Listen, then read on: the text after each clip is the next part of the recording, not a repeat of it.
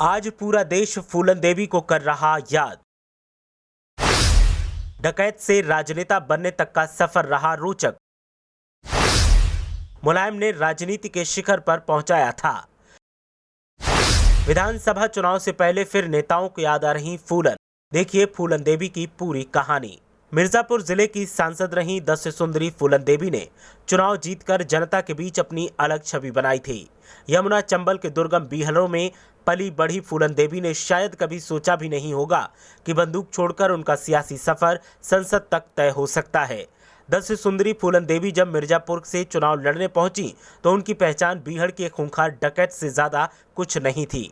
वो 1996 में मिर्जापुर भदोही से समाजवादी पार्टी की प्रत्याशी बनी तो यहाँ की जनता ने उन्हें जीत का तोहफा देकर संसद का रास्ता भी दिखाया।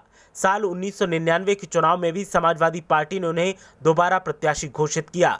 इस दौरान उन्होंने लगभग 1 लाख मतों से भारतीय जनता पार्टी के प्रत्याशी वीरेंद्र सिंह मस्त को दोबारा शिकस्त दी। उनके संसदीय कार्यकाल के दौरान उनकी सहजता और सर्वसुलभ होने की चर्चा आज भी लोगों की जुबान पर है। 25 जुलाई 2001 ही वो दुर्भाग्यपूर्ण दिन था जब शेर सिंह राणा ने गोली मारकर फूलन देवी की हत्या कर दी थी। गिरफ्तारी के समय राणा ने उसे बहमई कांड का बदला बताया था। बुंदेलखंड का हिस्सा जालौन जिले का गांव घूरा का पुरवा में 10 अगस्त 1963 को फूलन का जन्म गरीब परिवार में हुआ था।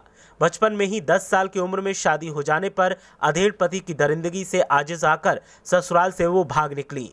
दोबारा गांव आकर जुल्म करने वालों के खिलाफ आवाज उठानी शुरू की और वो जुल्म के खिलाफ आवाज उठाते उठाते चर्चा में आ गई। इससे वो डकैतों के गिरोह तक पहुंच गई और बाबू गुर्जर और विक्रम मल्लाह के गिरोह में आ गई। फूलन को लेकर बड़ी तकरार के बीच गैंगवार के बाद विक्रम मल्लाह गिरोह का सरदार बन गया। इस बीच फूलन देवी का अपहरण करके बहमई गांव में कई दिन तक उनके साथ दुष्कर्म कर उन पर खूब अत्याचार किया गया। इस अपमान का बदला लेने के लिए फूलन देवी ने डकैतों के साथ मिलकर बीहड़ में बदले की जो इबारत लिखी उसे बहमई कांड के नाम से भी आज जाना जाता है।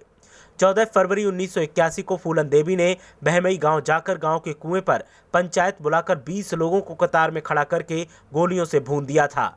इस नरसंहार को दुनिया ने बहमई कांड का नाम दिया और फूलन देवी का यह बदला देश दुनिया में वेंडेड क्वीन के बदले के रूप में जाना गया। समय के साथ गिरोह पर दबाव और सरकार की पहल पर फूलन देवी के गिरोह ने मध्य प्रदेश सरकार में मुख्यमंत्री अर्जुन सिंह के सामने सरेंडर कर दिया।